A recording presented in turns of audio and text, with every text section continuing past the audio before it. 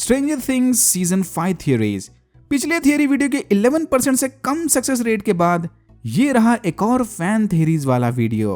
तो सीजन 4 की एंडिंग में हमने देखा कि अपने चौथे विक्टिम एके मैक्स को मारकर वेक्ना ने हॉकिंग्स के अंदर एक बड़ा सा गेट खोल दिया। लेकिन गेट के खुलने के 1 मिनट बाद ही 11 ने किसी तरह मैक्स को जिंदा कर दिया। मैक्स का शिकार करते वक्त वेक्ना ने उसके हाथ पैर तोड़ दिए थे और पार्ट टाइम मरने से पहले मैक्स ने लूकस को बताया था कि उसे कुछ दिखाई नहीं दे रहा। यानी 11 के दोबारा फिर से जिंदा किए जाने से पहले मैक्स की फिजिकल कंडीशन एकदम खराब थी। मैक्स को रीस्टार्ट करने के बाद 11 ने उसके दिमाग में झांकने की कोशिश की, बट अंदर सब सन्नाटा था, इंडिकेटिंग कि मैक्स की बॉडी तो जिंदा है बट उसकी कॉन्शियसनेस कहीं गायब हो गई। मैक्स की ये कंडीशन सीजन 5 में पक्का कोई बड़ा रोल प्ले करेगी, वरना ये सीन सीरीज फिनाले के क्लिफ हैंगर का पार्ट नहीं बनता। तो मैक्स के दिमाग के साथ एग्जैक्टली क्या हुआ? वेल, इसका सबसे सिंपल जवाब ये है कि मैक्स की कॉन्शियसनेस को वेक्ना ने कंज्यूम कर लिया।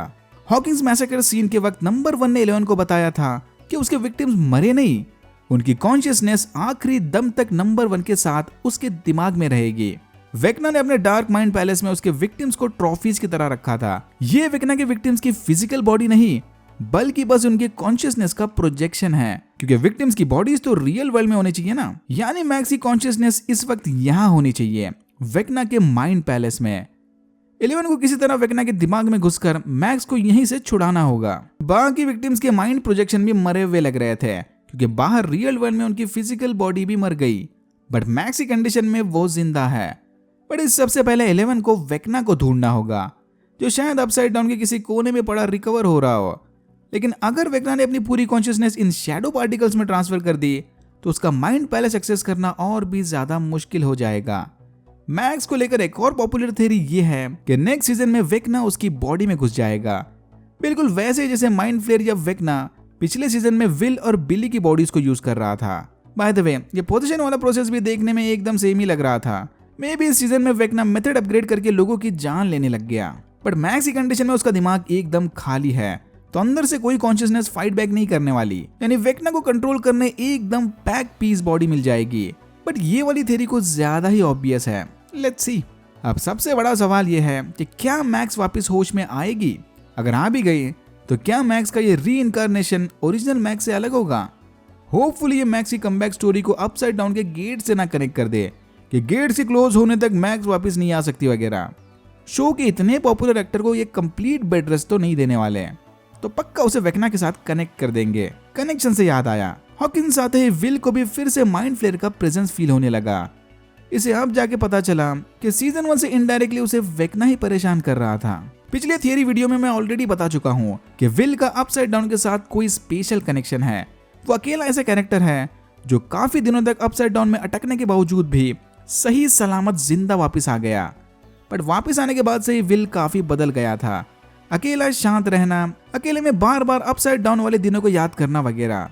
विल के इस अपसाइड डाउन वर्ल्ड के कनेक्शन का सीजन 4 में भी हमें एक बड़ा सबूत मिला था। नैन्सी ने उसके रूम की तलाशी लेते वक्त देखा कि अपसाइड डाउन की दुनिया किसी वजह से नवंबर 6, 1983 में अटकी हुई थी। विल भी इसी दिन गायब होकर अपसाइड डाउन में पहुंच गया था। अपसाइड डाउन में हर एक चीज एक दूसरे के साथ कनेक्टेड है, एक हर्ड या हाइव माइंड की तरह। जब विल अपसाइड डाउन या वेक्ना के साथ कनेक्टेड था तब जरूर उसके साथ कोई अलग चीज हुई होगी। उसी वजह से अचानक से अपसाइड डाउन में हॉकिंग्स की एक कॉपी बन गई। अपसाइड डाउन कोई अल्टरनेट रियलिटी नहीं बल्कि एक अलग पॉकेट डायमेंशन है। अल्टरनेट रियलिटी होती तो असली दुनिया की तरह वहां का टाइम भी आगे बढ़ना चाहिए था, बट नहीं, उधर तो सब आज भी 1983 में अटका है। मे भी अपसाइड डाउन में टाइम रिलेटिव ना हो। इसका मतलब रियल वर्ल्ड के कुछ दिन विल के लिए बरसों हो सकते हैं। यानी विल बरसों से अपसाइड डाउन के साथ कनेक्टेड था, बट इस टाइम ट्रैवल के चांसेस थोड़े कम हैं। माना कि सीजन 4 में हमें बार बार टाइम और टाइम ट्रैवल से रिलेटेड हिंट्स मिले, बट फिर भी नॉट सो श्योर। हुआ तो काफी इंटरेस्टिंग होगा। लॉन्ग स्टोरी शॉर्ट, विल और वेक्ना के बीच कोई स्पेशल बॉन्ड है। वेक्ना शायद इसी बॉन्ड की मदद से सीजन 4 में विल को कंट्रोल करने देखेगा। विल के डार्क साइड को जाने की वजह उसका अकेलापन और सेक्सुअलिटी बन सकते हैं। हमें ऑलरेडी ऐसे ढेर सारे हिंट्स मिल चुके हैं। होपफुली लास्ट सीजन में फाइनली रिवील हो जाएगा कि विल होमोसेक्सुअल है। शायद वो पहले से ही माइक को पसंद करता था और फिर बीच में 11 आ गई। Love triangle. इसी लव ट्रायंगल को यूज करके वेक्ना 11 का फ्रेंड सर्कल भी तोड़ सकता है। विल के सपोर्ट में जोनाथन, आर्गाइल और कुछ लोग उसके साइड हो जाएंगे आधे इधर और आधे उधर। बट अगेन एक होमोसेक्सुअल कैरेक्टर को उसकी सेक्सुअलिटी की वजह से शो के विलन्स में शामिल करना काफी नेगेटिव मैसेज सेंड करेगा। बेसिकली विल को अब साइड कैरेक्टर मत समझना, जल्द ही वो बड़ा कमबैक करने वाला है। जहां से कहानी की शुरुआत हुई वहीं पर खत्म। जो भी हो, एक बात तो कंफर्म हो गई कि फाइनल सीजन का मेन विलन भी हेनरी ही होगा। अब देखना यह है कि हेनरी लास्ट सीजन में कौन सा अवतार लेगा, वेक्ना, माइंड फ्लेयर या फिर मैक्स और विल की बॉडी। आई होप के विजन्स वगैरह में किसी तरह हेनरी के ओरिजिनल रूप के भी कुछ सीन्स डाल दे, क्योंकि जेमी कैम्बेल का वो मोनोलॉग देखने के बाद मैं तो उसका फैन बन गया। भाई क्या एक्टर है। सीजन 5 में डस्टिन का स्टोरी आर्क भी देखने लायक होगा। एडी को खोने के बाद मैक्स की तरह ही शायद वो भी जबरदस्त गिल्ट ट्रिप में चला गया। मे भी उसे लगता हो कि एडी ने डस्टिन की जान बचाने अपनी कुर्बानी दे दी, और वेक्ना को ऐसे डिप्रेस्ड और डार्क सोच वाले विक्टिम्स बहुत पसंद है। बेसिकली सीजन 5 सीजन 4 से और भी ज्यादा डार्क और ग्रिटी होगा। आखिरी 2 एपिसोड्स में हमें 11 के नए पावर्स के भी कुछ हिंट्स मिले। लास्ट एपिसोड में 11 ने फोर्स हीलिंग पावर जैसा कुछ यूज करके मैक्स को फिर से जिंदा कर दिया। अगले सीजन में शायद 11 सुपर गर्ल की तरह उड़ने भी लग जाए। मे बी मैट्रिक्स के नियो की तरह फिनाले में 11 उसके फुल पोटेंशियल अनलॉक कर देगी। आई नो के सुनने में कुछ ज्यादा ही फार फेच थ्योरीज लग रहे हैं, बट क्या कर सकते हैं, ये तो फैंस का काम ही है, अनरियलिस्टिक एक्सपेक्टेशंस रखकर फैन थ्योरीज बनाना। लेकिन सारे ही fan theories epic happy ending वाले नहीं है। बहुत सारे फैंस का मानना है कि फिनाले में शायद हेनरी को हराते हराते 11 खुद अपनी जान दे देगी।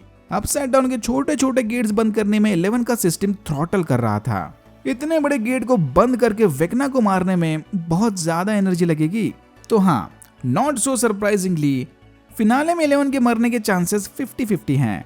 बस मैड क्वीन खलीसी की जैसा कुछ कांड मत कर देना, आज तक दिल से बुरा लगता है भाई। चलिए अब बात करते हैं इस वीडियो की लास्ट और सबसे ज्यादा कंट्रोवर्शियल थ्योरी का। डफर ब्रदर्स शुरू से ही शो में आइकॉनिक पॉप कल्चर मूवीज के रेफरेंस देते आ रहे हैं। इस फाइनल थ्योरी का connection the most iconic pop culture movie franchise से है, स्टार वॉर्स।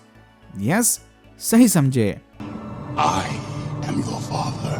शुरू से 11 के फादर की आइडेंटिटी एक मिस्ट्री बन के रह गई थी। माना कि कुछ प्रमोशनल नॉवेल्स में 11 के फादर की रियल आइडेंटिटी ऑलरेडी रिवील हो गई है, बट 90% कैजुअल फैंस ने वो नॉवेल्स नहीं पढ़े होंगे। तो प्रीक्वल नॉवेल के हिसाब से जब 11 की माँ डॉक्टर ब्रेनर के प्रोजेक्ट एम के अल्ट्रा का हिस्सा थी, तब वो किसी एंड्रयू रिच नामी बंदे को डेट कर रही थी। नॉवेल्स की माने तो एंड्रयू 11 का बायोलॉजिकल फादर है, पर एक फैन थ्योरी के मुताबिक शायद शो इस स्टोरी को पूरी तरह से इग्नोर करके हेनरी को 11 का फादर बना दे। डॉक्टर ब्रेनर हेनरी से इतने ज्यादा अटैच थे कि हेनरी का रिप्लेसमेंट ना मिलने पर उन्होंने शायद उसी का डीएनए यूज करके 11 को पैदा कर लिया। आई नो कि ये थियरी सुनने में जरूरत से ज्यादा डार्क लग रही है, बट फिर भी 100% इम्पॉसिबल नहीं है। हेनरी ने खुद मोनोलॉग में बोल दिया था कि उसका रिप्लेसमेंट ना मिलने पर पापा ने नया हेनरी पैदा कर लिया। व्हाट इफ हेनरी ये बात फिगरेटिवली नहीं बल्कि लिटरली बोल रहा था। इसीलिए शुरू से हेनरी का 11 के लिए सॉफ्ट स्पॉट था, और इसी रीजन की वजह से 11 को हराने के बाद भी वेक्ना ने उसे नहीं मारा, बल्कि हॉकिंग से तबाही देखने के लिए जिंदा छोड़ दिया, ताकि 11 भी फुल ऑन गिल्ट ट्रिप में जाकर डार्क साइड को ज्वाइन कर ले। एनाकिन स्काईवॉकर की तरह ही हेनरी ने भी डार्क लॉर्ड बनने के लिए यंगलिंग्स को मारा था, तो उस हिसाब से 11 ही लूक स्काईवॉकर की तरह हेनरी को वापस सही रास्ते पर ला सकती है। भाई साहब कुछ ज्यादा नहीं हो गया ये? मतलब कुछ भी। वैसे भी एक बार सही रास्ते पर आते ही मैक्सिमम ऑडियंस विलन के पिछले कारनामों को भूल जाएगी। Dark but happy ending. क्या सही है क्या गलत, वो तो अब सीधा 1.5-2 साल बाद ही समझेगा। आपके फेवरेट थ्योरीज मुझे कमेंट सेक्शन में लिखकर बता देना। Alright, that's it for now. अगर आपको वीडियो अच्छा लगा तो please like, share and subscribe for more videos like this. मैंने ऐसे और भी वीडियोस बनाए जिनके लिंक्स आपको डिस्क्रिप्शन बॉक्स में मिल जाएंगे। Thank you very much for watching and I am hoping to see you in my next one.